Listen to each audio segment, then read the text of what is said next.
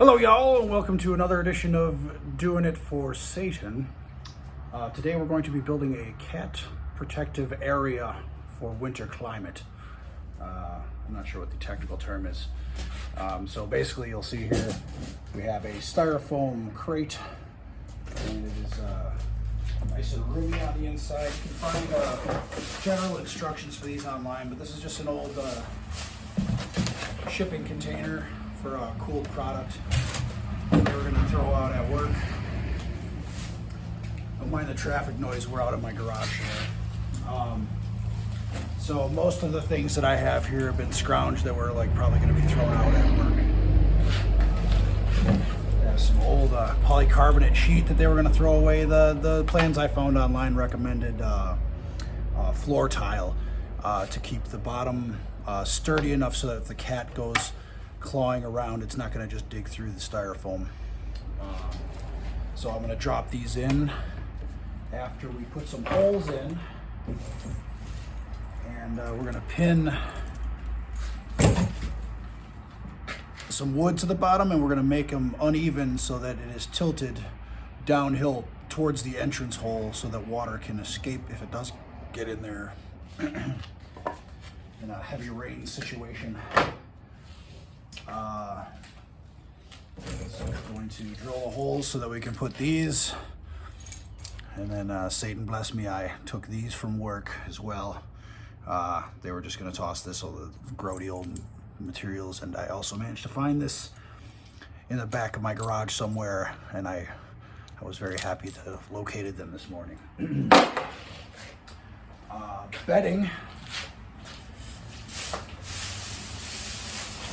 I just went out and I cut this dried grass, which is otherwise known as hay. I know, with this little clipper thing here, and I just kind of sheared them off, and I just look for the yellow stuff and cut it down. Should be plenty here just to bed the bottom of this little crate. And then on the inside of the styrofoam, I'm just going to create some little plates to put the pins through so they don't easily pull through the styrofoam. And this is just the top of a vanilla ice cream container that I also used my grass snippers to cut into smaller pieces, and I'm just going to kind of proceed to cut them into quarters so that I have 4 of them. You can see it's quite easy. And then we'll pop some holes in there. So I've got these 30-gallon drums. They also came in with a job at work, and lo and behold, they were going to throw away perfectly good 30-gallon drums. Why? Because if they have to write it off, it costs them money for some reason. I don't know. Anyway, bring it a little closer here.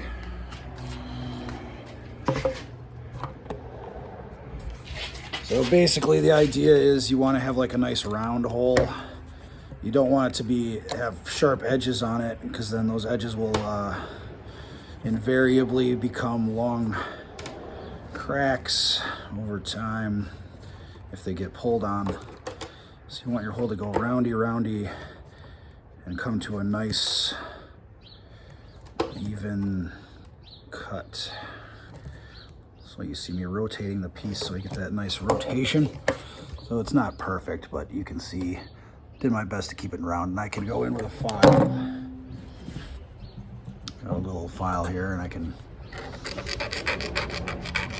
file off those little cuts that were made so that they don't turn into tears later on. And there we go. And then I'll cut the pointy edges off of here. Simple enough. Again, we'll just kind of go in a round shape with my cuts. And it don't have to be perfect, it just has to be a reinforcement.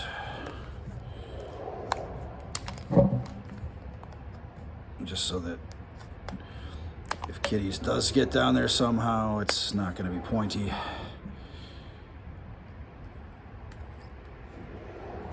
There. And then it's going to be a pretty simple process. I have washers on these old bolts that I'm going to pre-drill holes in the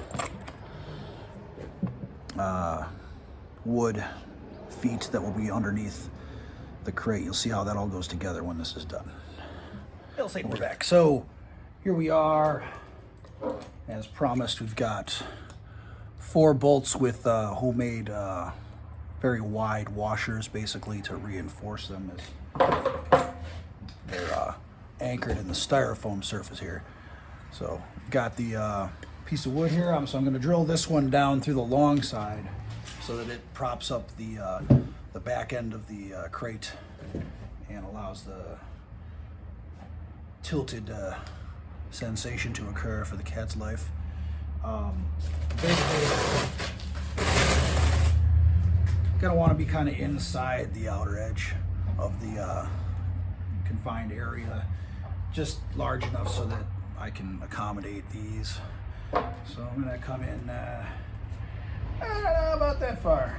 I'm using a Sharpie here. It's kind of overkill just so you can kind of see the dots, but you can just use a pencil. There.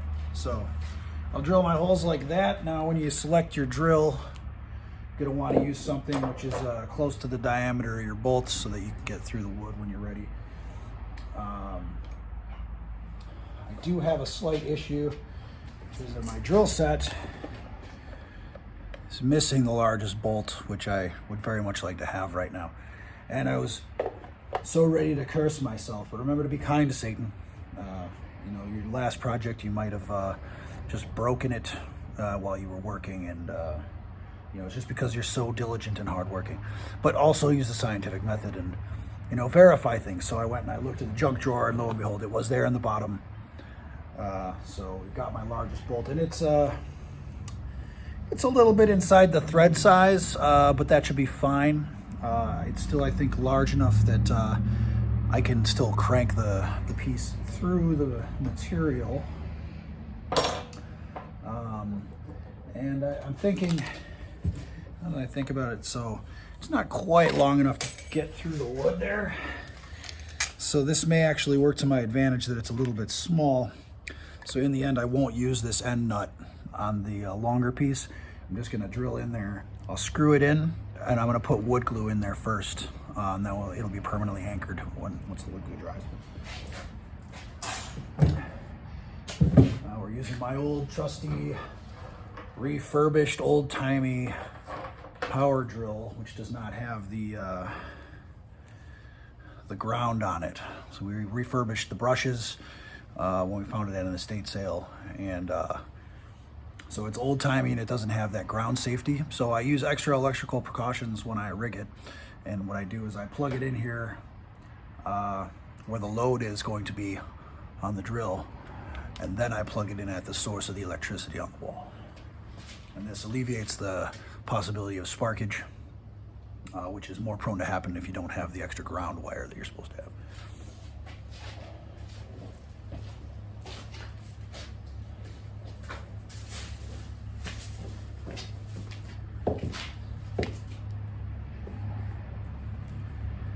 See, I also take my thing. I can't remember what this thing is called. I'll have to look it up later. But it's the object I use to adjust the drill bit grabber here. The name of that object is on the tip of my tongue, but I just can't grasp it. So here I am. I'm going to plug it in here at the load end of the cable. Actually, we don't do that yet. Unplug. Ugh. Dang. They don't make them like they used to.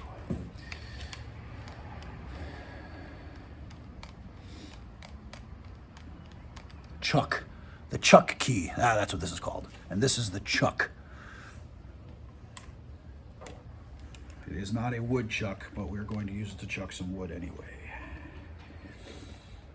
And so I hand tighten, take my chuck key, put her here in the chuck, give her a nice little turn in the appropriate direction. Doesn't have to be, you know, bullied on there, but just nice and tight. tool in place. Plug it in here at the load end of the cable. We'll go and plug it in over here at the source, and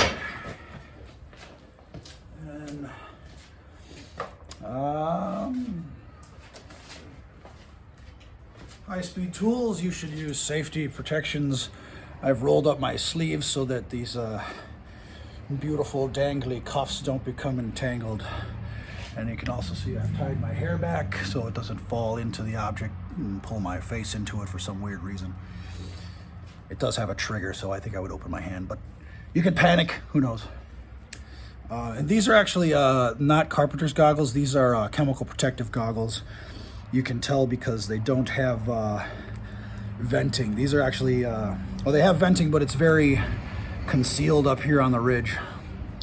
I think these are like similar to ski goggles, but without the padding on the inside.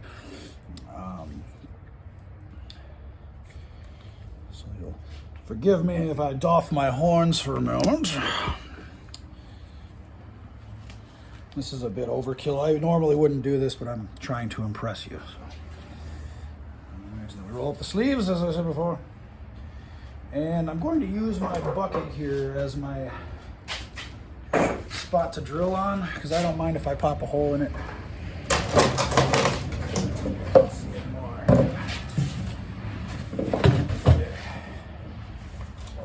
There you go. So this is sort of like my wood horse here. My wood dragon here. Going in the right direction. Nice easy pressure at first, and then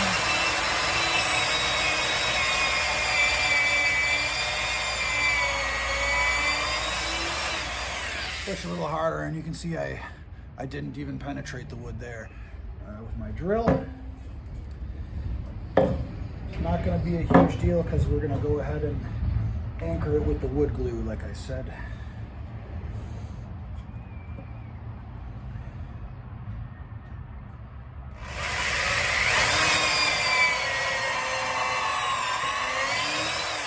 Now, if you have a proper bench, you can, instead of using your own hand as a vise, you can use a vise to hold it down for you, or perhaps a helper. I usually like to risk my own hand rather than someone else's, but other people are definitely more helpful than myself at many times.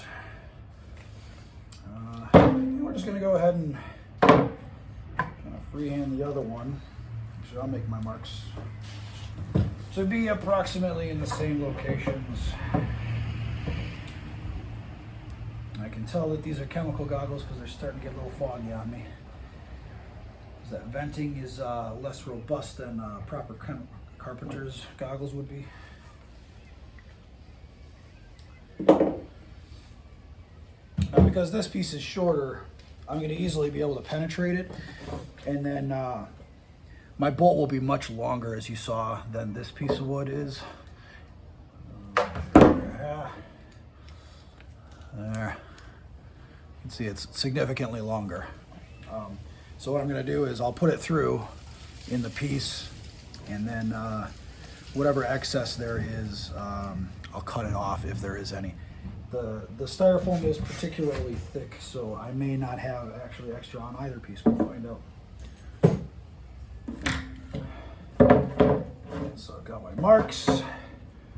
Get set. Go.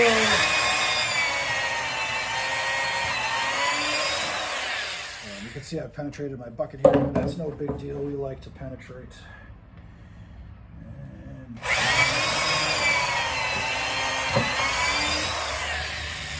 And it's done. All right. And we're in. So I'm done with my drill. Looks good. Oh. I unrig from the load to the source now to prevent any actual issues.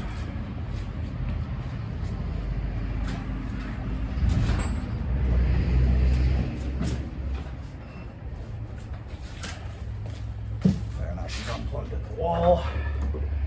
Plug her here, and we're safe. All right, we'll be right back. All right, so we're back, and I'm going to go ahead and use the drill again to just drill the holes in the appropriate locations for my wood. We're going to have her sit kind of like this. Now, the reason we put these stands here in the first place is to get it off the ground a little bit, and it allows the cat's body heat to work a little bit better on the styrofoam, and then the cold from the frozen ground doesn't penetrate quite as well. It's kind of an insulating property. The local grass and wildlife underneath will also kind of create an air pocket underneath this. So line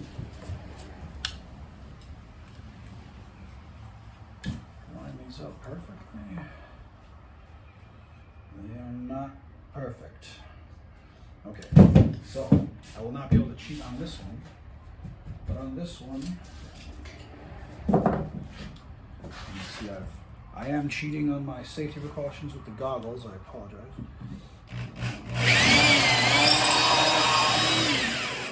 This way I can get my styrofoam holes in just the right spot for this.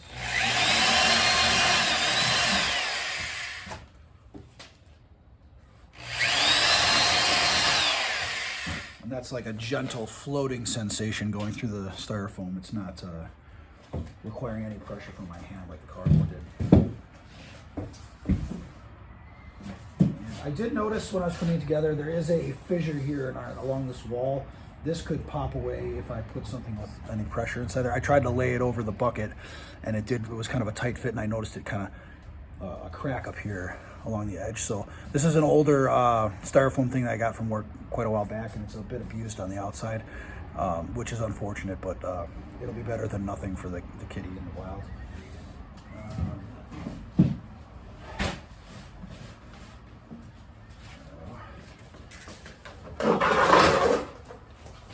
Be aware of the camera here. You guys don't like looking at my back, right? I don't know if you saw any of that last drill.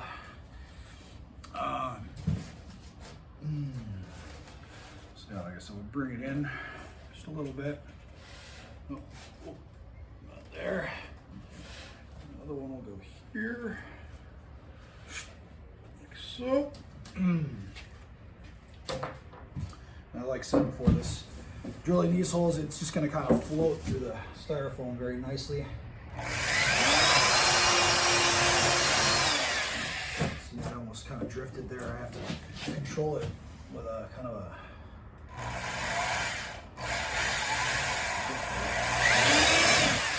there. All right, we're in. So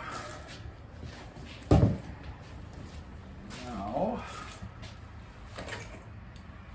just going to go ahead and pass these through.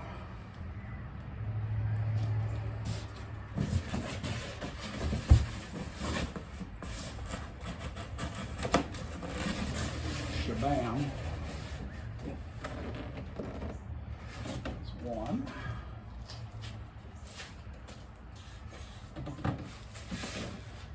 Hoping this survives the abuse of construction. I may wrap a band around duct tape around the bottom of this to reinforce it. In fact, we'll be right back. I'm going to do that right now so I don't break it while I'm y'all, we're back. So basically, I'm just going to take duct tape around this base edge here. It's going to help kind of reinforce the crate in a general way. One side.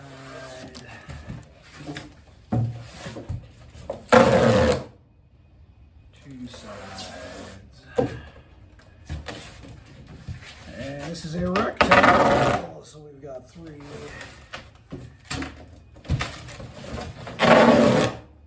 Four. I'm just going to go across that last side one more time. This will make it stick really good. Alright, now if you want to go overboard, which we all do, you could go around the other edges and stuff, and maybe I'll do that after I put the lid on. I might decide to pop the lid on and then seal it so that the lid won't come off. I think some people like to pop the lids off of theirs and look inside, but I don't really give a shit. I just don't want it to blow off in the Wisconsin winter and freeze the cat to death. So we're gonna forego the peeping in favor of security. Now the the plan here is gonna put a hole on the low end. I'm gonna make this my low end, so my first hole is gonna go right about shaw, so the cat can get in and out. And they said to do a secondary exit for the cat. So I think what I might do is like put it over here. I want them to be kind of in the same place generally, so that I can shelter them from the wind, so that the cat does get a good protection from draft coming through. The instructions I saw online only had a note for a single entrance, but I guess the other larger predators like a coyote or whatever, or a raccoon, might corner the cat and then murder the fuck out of it while it's trapped, because it is effectively a trap. It's like being in a den, I suppose.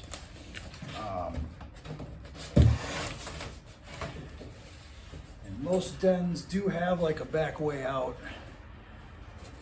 If you pay attention to what the animals have been doing over the years.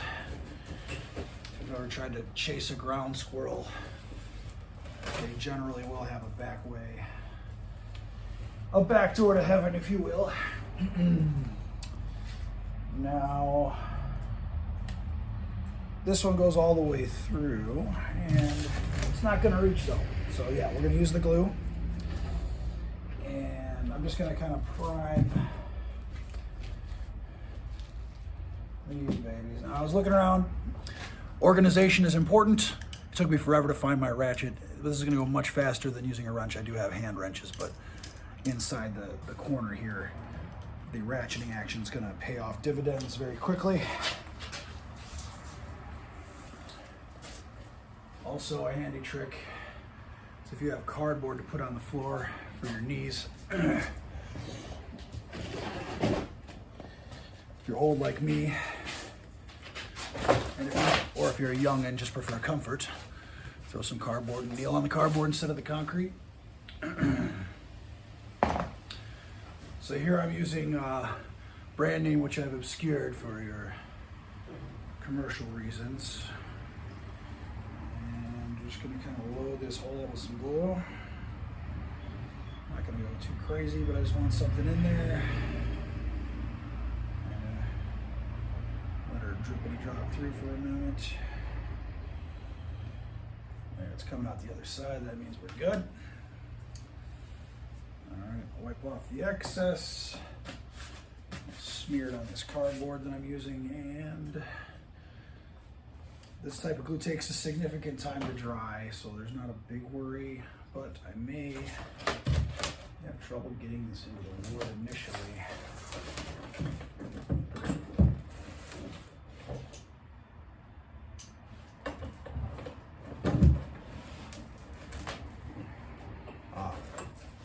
I'm using a throated socket. It's too deep. It's allowing the piece to dive into the socket.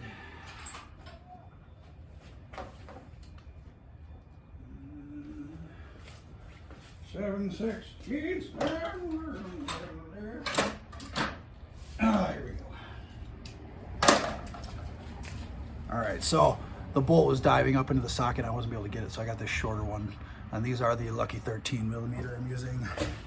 It's probably like a 9/16 bolt. I haven't actually measured it though. This way the bolt can't run away from me. Got trapped now, bolt. This part, I think it would be handy to have a second pair of hands.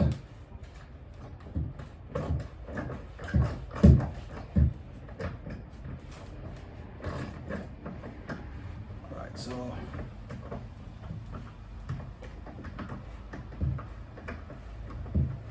goes roundy for quite some time. We'll be right back. So I just want to show you something handy I did here. So I've got these blocks that you were sitting on top of earlier, and I've gone ahead and just anchored the piece of wood against this so I can push against it securely from the back side from over Schmel. And I'm just kind of pushing it in this way. That'll make it a little bit easier, this whole operation, to proceed. There, I guess you can kind of see there.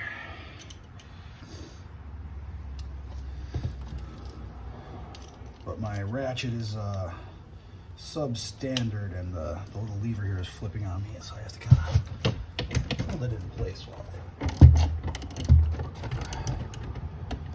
seems to be switching box tight. So I actually got you guys set up in front of a mirror here, so this is what you look like to me, your little cell phone.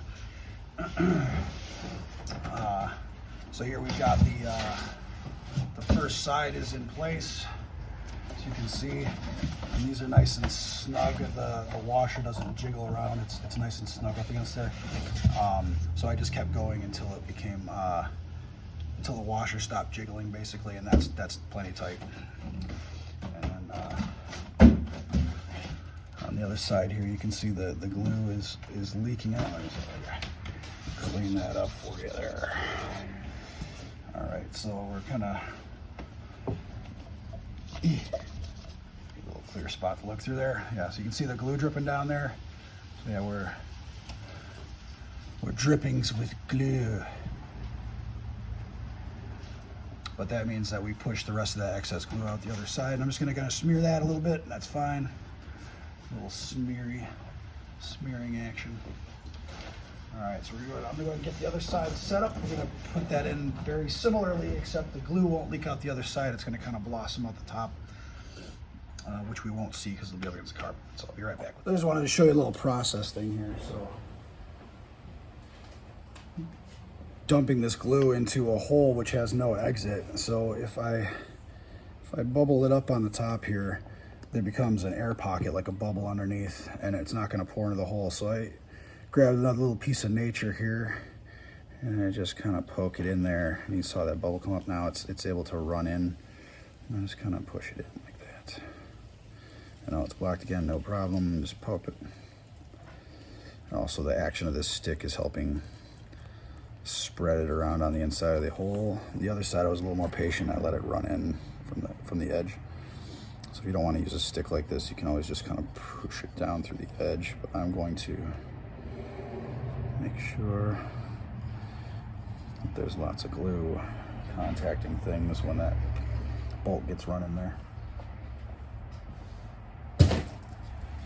All right, now I'm gonna run this down. I'm gonna bolt it in just like the other one. I'll be right back. I ran into a little construction issue. Basically, the hole is a little bit too far in this direction after I anchored the first side. And what I did was I just ran the piece of wood back and forth across the bolt once it was inserted, and found that it made a scratch right here. So I just put a new bolt hole just a little bit up from that in the middle of the scratch mark from the bolt. So I'm just gonna drill that in quick and I'll be right back. So there, we're back. So you can see the washers are nice and snug. They're not jingling around anymore. And then this is really protecting the cardboard so that I can do things like pick it up by this. And it's keeping that cardboard nice and reinforced so the bolt doesn't just tear right through. It's very soft material. It's like lifting a cloud, if you will. So, next step.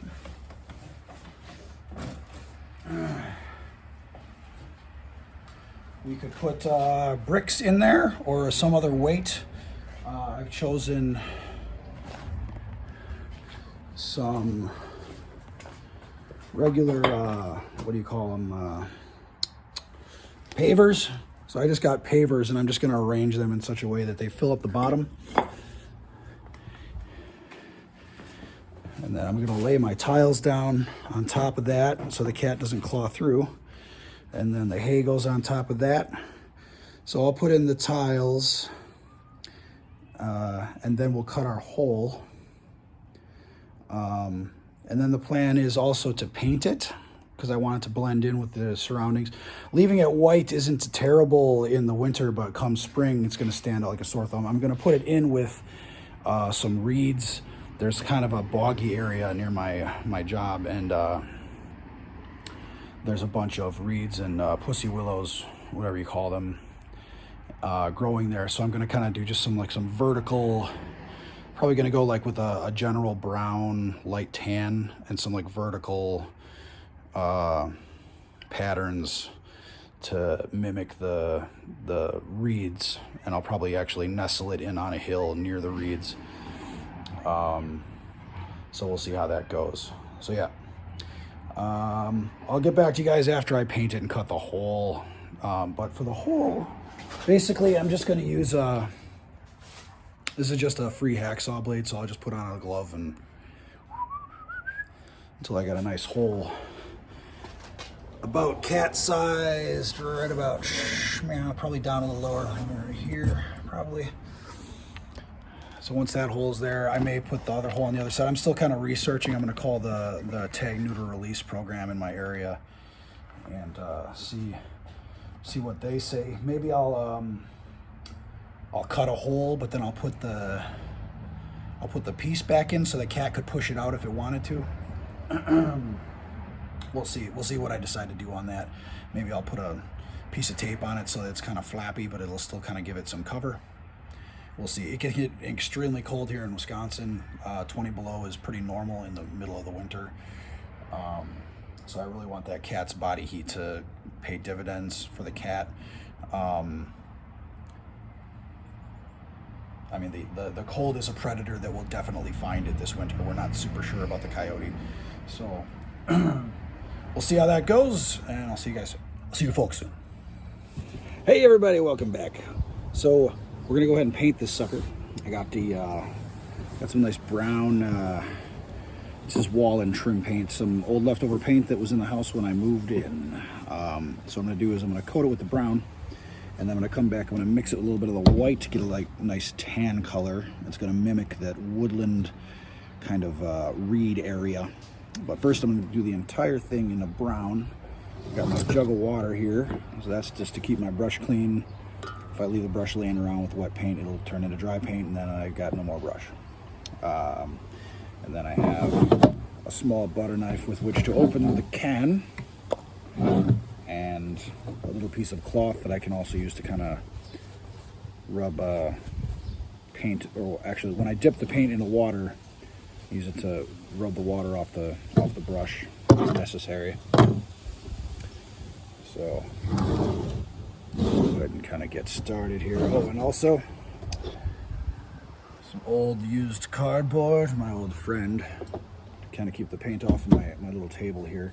And I could clean the paint off the table later, but why waste the effort, right? So pop over my, actually, we'll give her a shake first.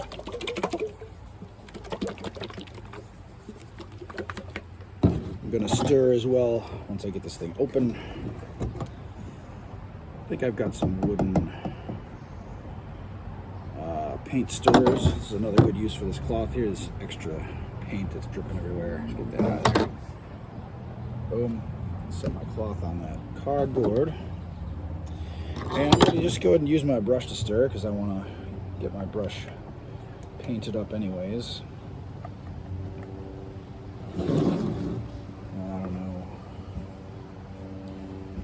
Try like some happy little trees. Some happy little trees on there. You know, just kind of feel it. Just kind of let the brush do the work.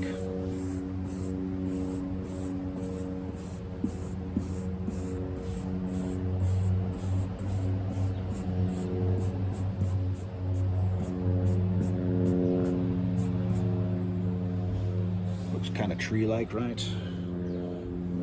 Like some sadder trees, like a nice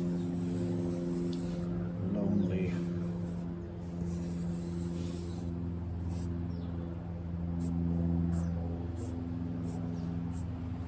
slightly sadder tree, and then we'll stop messing around. This is the lay on and lay off method, so I lay on a thick coat and then I spread it out This makes better use of your paint, and then you don't have it all in one spot.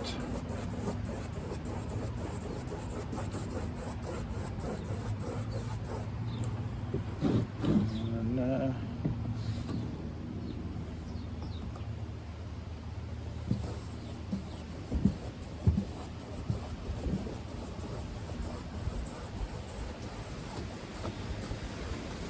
let it get on my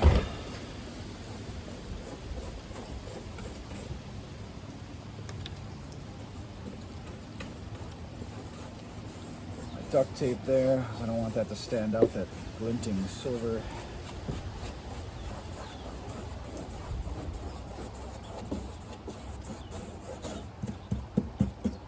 I got some damage here. I'm just going to go ahead and kind of stab with the bristles. Get into that uneven area.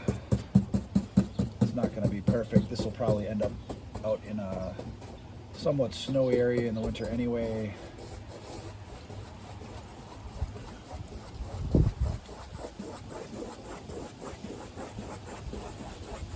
Fall it may outlive its usefulness. So we're going to kind of rinse and repeat. Rinse. I use a lot of water. Get that old paint off.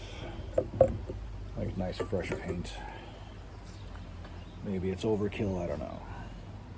I'm not a professional in most senses. I'm very skilled amateur, if you will.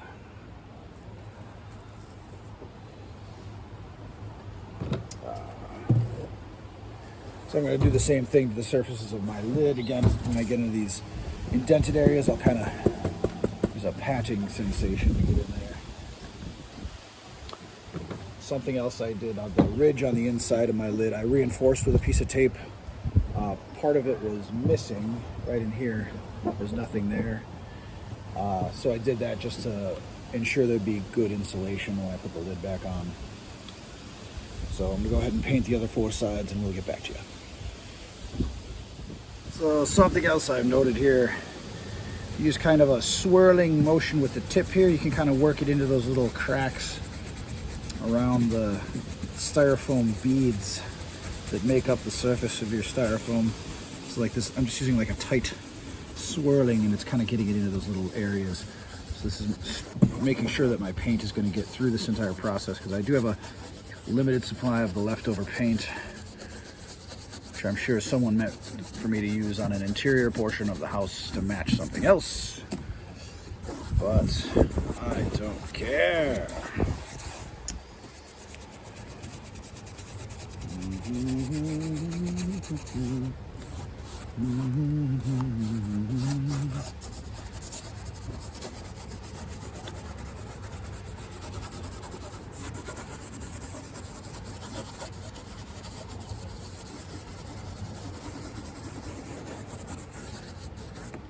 All right, there we go. Another side.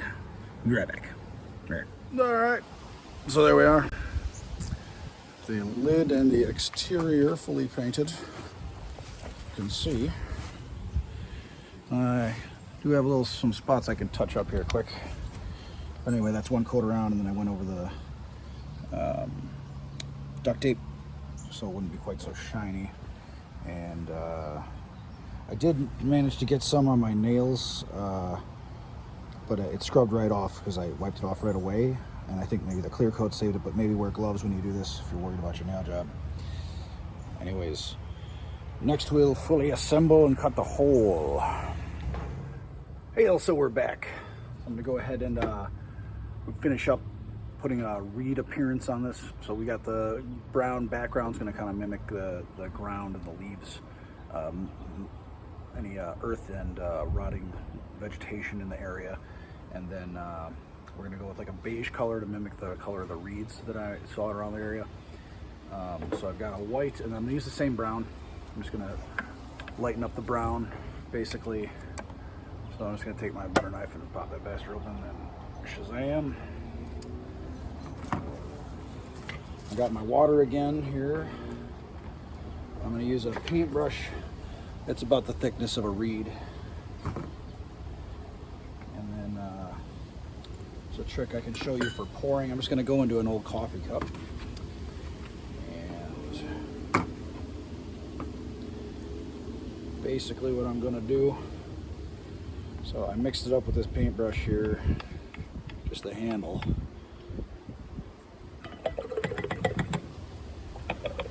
Whatever handy water.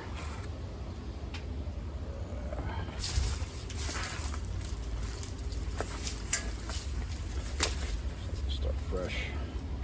So basically I'm going to start with the white and then I'm going to add the brown to bring on the tan. And there's a little trick you use when you're painting or you're pouring any liquid. You take a elongated object like this, I have like a chopstick or the back end of a brush, and that's going to cause the flow to run along that, hopefully. Well, it didn't quite work there. Anyways, I want plenty.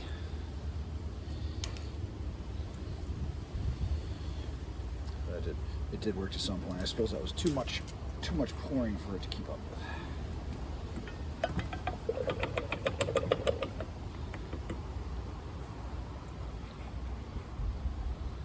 Trick might work better for me when I get to the brown stuff because I just want a little bit of the brown. And then I'm just getting the excess paint out of that crevasse.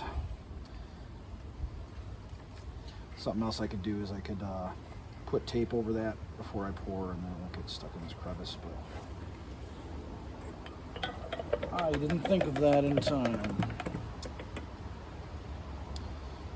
So I got most of my coffee cup full of paint here. And I just want a little bit of brown. I'm going to try my trick again, see if it works this time.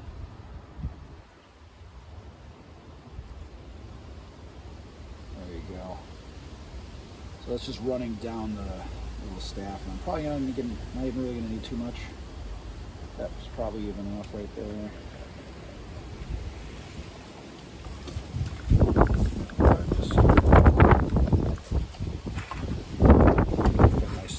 Chocolate milk appearance at the moment.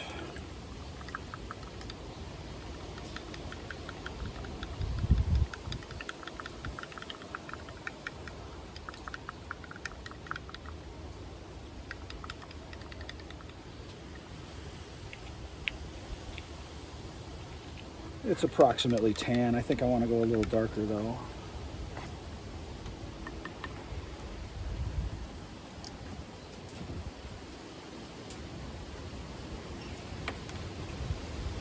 About as much as before, so we'll kind of double the tint from where I was.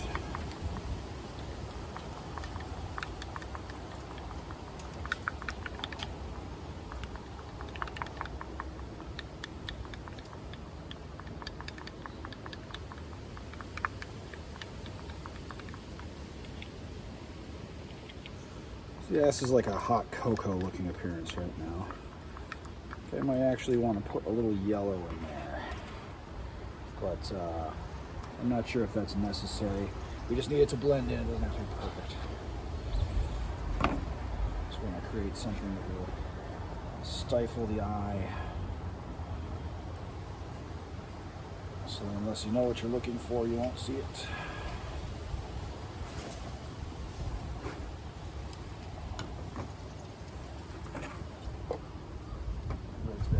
Paints, they will dry out. Wipe off my hand.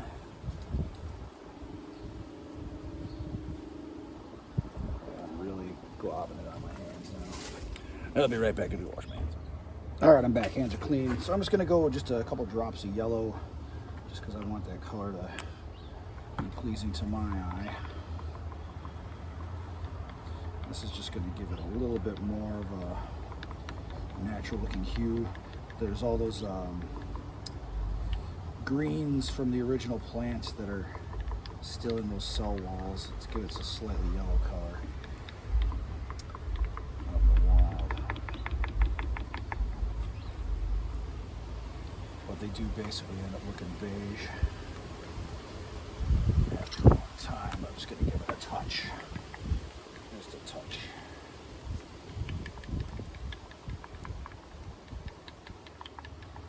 More of a lively looking color, like it's an organic organism, not just brown and white. All right, so I'm just gonna go ahead and get my stirring stick out of the way. And this is gonna be my reed color. So what I'm gonna do is I'm gonna kind of start towards the center of the top, and I'm gonna kind of come down. I'm gonna go around it kind of a spread pattern, so that someone's looking from an upward angle. Kind of have a continuous look. But nothing too crazy. Just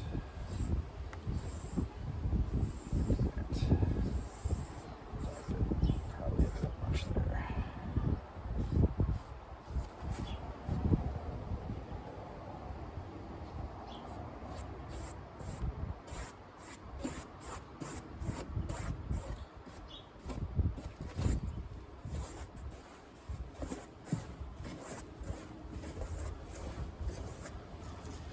These don't really stand straight up and down in the wild, so yeah, I should try to make this a little more chaotic. There we go. That's pretty much my camouflage pattern there. I'll work around the same manner. I'm trying to get it off the heel or the neck of this brush here.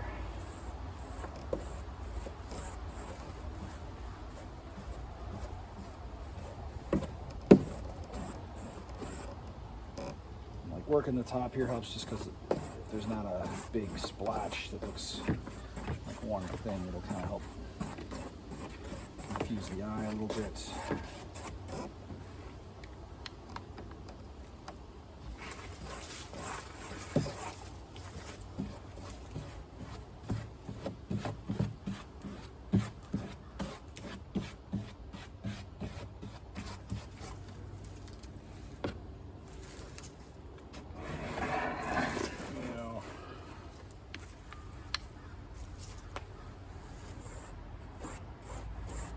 Some happy little wreaths right there.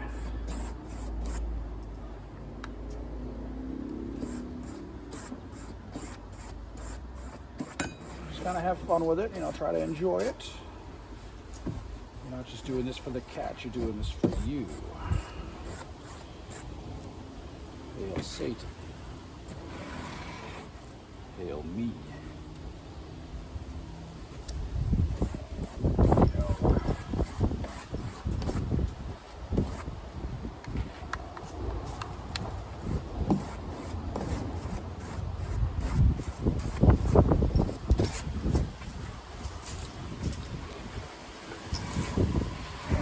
Happy with this first side yet.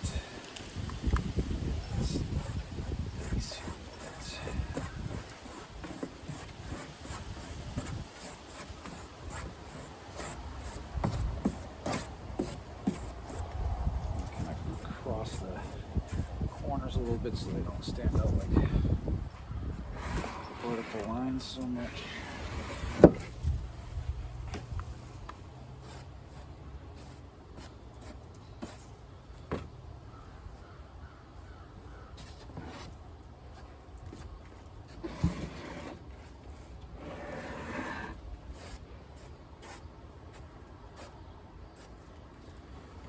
Alright, I think we're good, and I've made way too much beige paint for this. Alright, so camo is done. We'll be right back. Hey, welcome back, y'all. So, I found some other flat pavers that actually fit my space a little bit better. I just got you leaning on the edge here. And this just kind of slides right in. It is a bit too tight, isn't it? Once I get down to the bottom, I'll turn it sideways.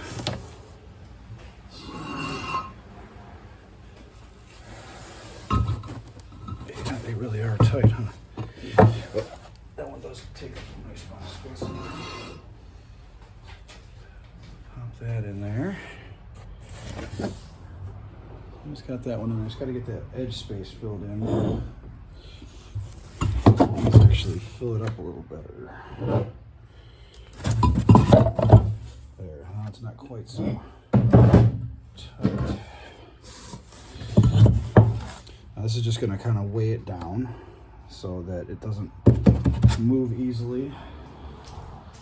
And then I took my polycarbonate sheet. I didn't even bother pulling off the plastic because it doesn't really matter. It's just to keep the cat from scratching below here.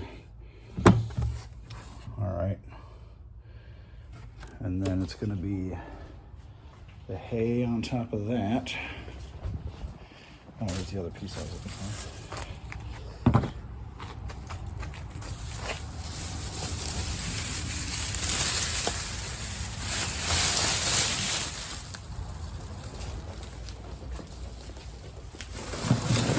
Hey.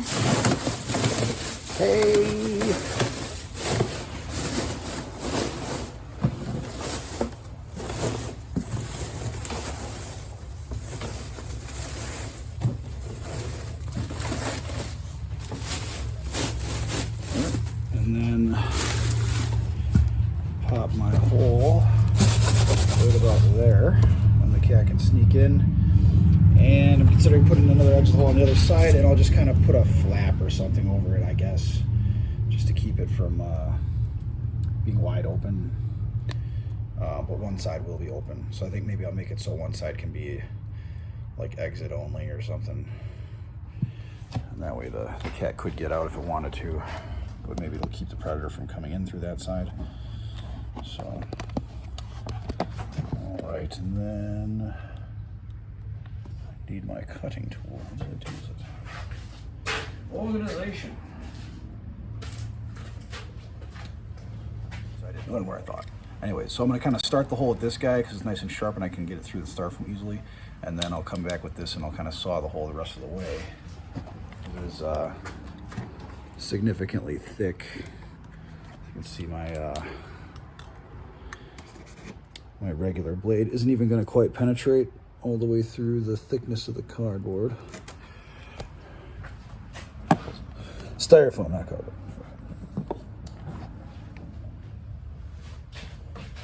Approximate where my hole will be. Right about there. And we'll go cat-sized.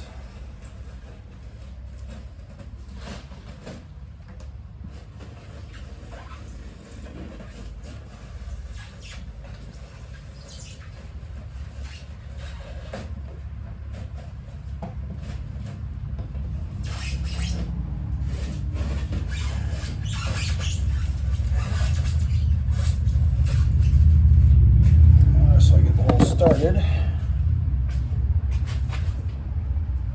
just going to kind of punch through with this.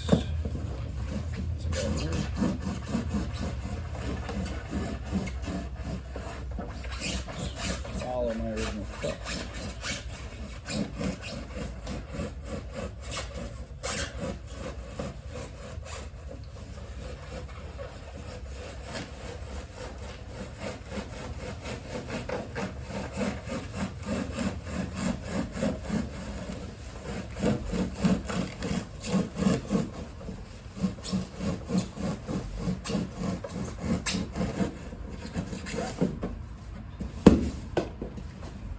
Cat hole.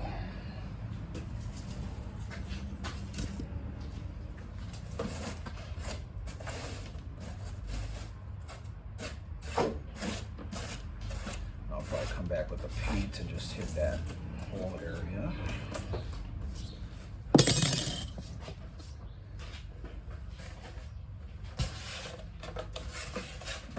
Put it on.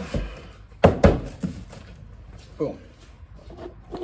So there you have a cat den, the inside view.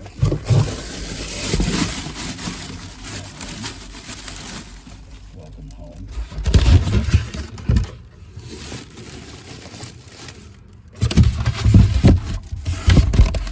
So that's the inside view. That's what it'll sound like when you're inside and someone's talking outside of it, if you're a cat. All right. And yeah, kind of over here in the rec room area, we'll put a secondary exit for the cat. But not today. So This has been Doing It for Satan, and that's how you do it. All right, so secondary cat hole. I've already gone in with the blade and kind of made a starting mark. And basically, what I'm gonna do is I'm gonna make a little door.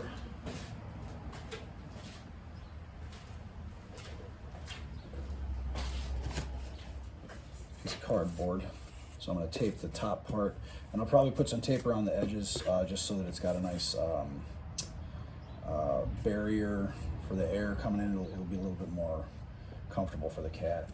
But the hole fits beneath the lower panel. I'll tape it right here. So cut that again. I'm just gonna pop it through just like before. Nice little sewing motion. Probably recommend gloves for this part, but I got leathery hands. It's not a big deal for me.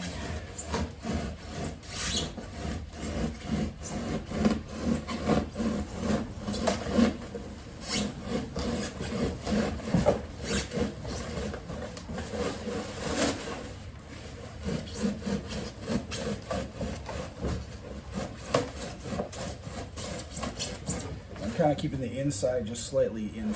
The inside edge of the blade kind of tilted towards the inside of the circle so that it'll pop out easily in this direction. Just like that. If you bevel it the other way, you'd have to go in, and if you bevel it in a really weird way, it might not come out at all. Alright, so there's my leftover foam weird shapes that I'll use for some strange project in the future. No need to throw away weird foam shapes. And let's come in with our tape now. So I'm gonna go ahead, I'm gonna go all the way around once with the tape, kind of create a base. This is kind of counterproductive. I should have done this before I painted. But I've got plenty of paint.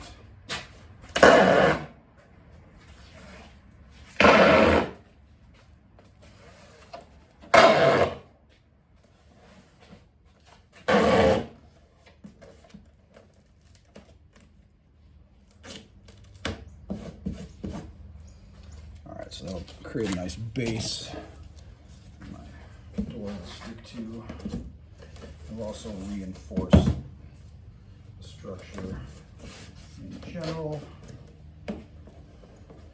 So this will be like a one-way thing. The cat will be able to get out this way, but it won't necessarily use it as an entrance, but the predator won't know about that. Hopefully.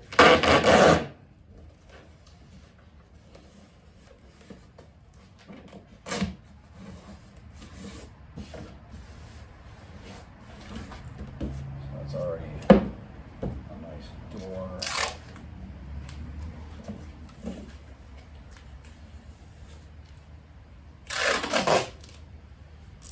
And just some added insulating action here.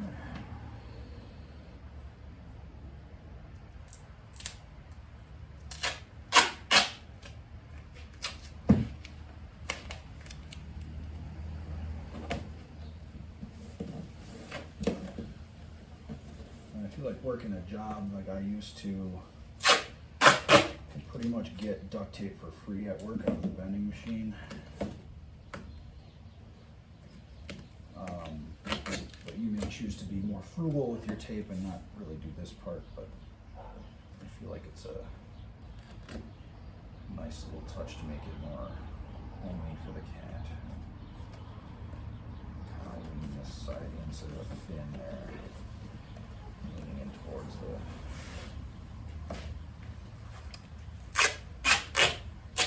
structure.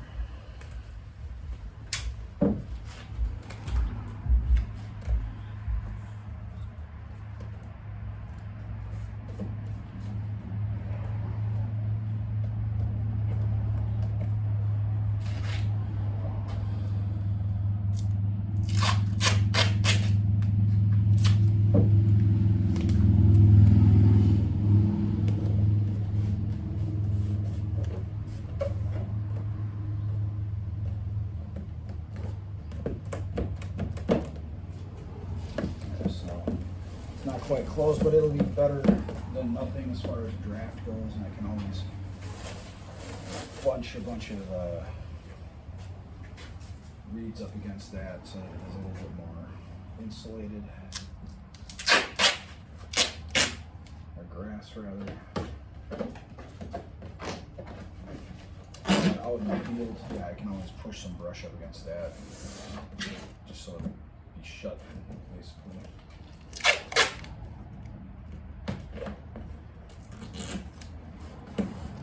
My cats are pretty smart, they'll figure it out. So yeah, it's basically done. We'll go ahead and I'll paint the rest of this just so it doesn't stand out, but that's pretty much the cat shelter there.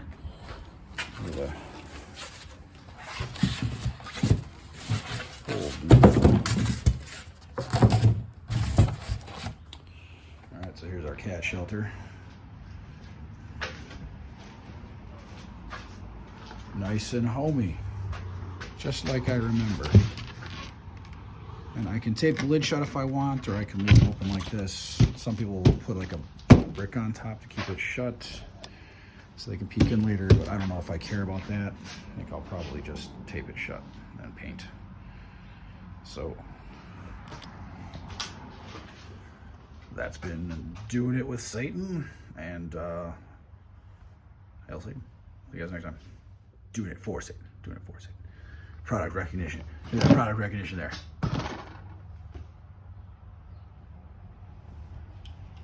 It'd be cooler if I do with the glasses on. There we go. Doing it for Satan, yes.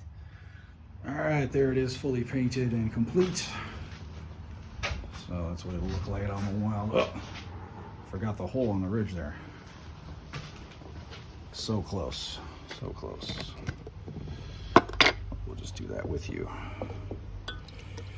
We can do that part with you today. Paint.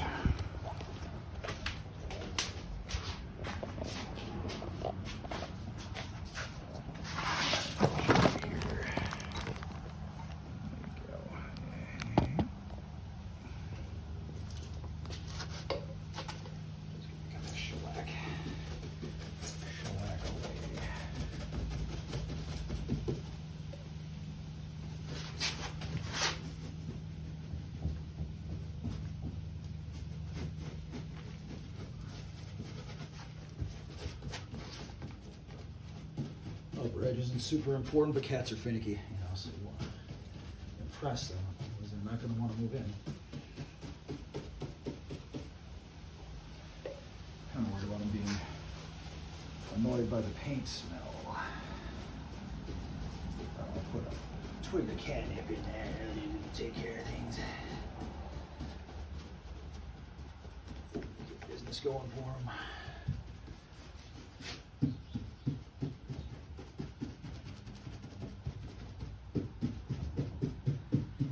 Stab it, push it, stab it, stab it.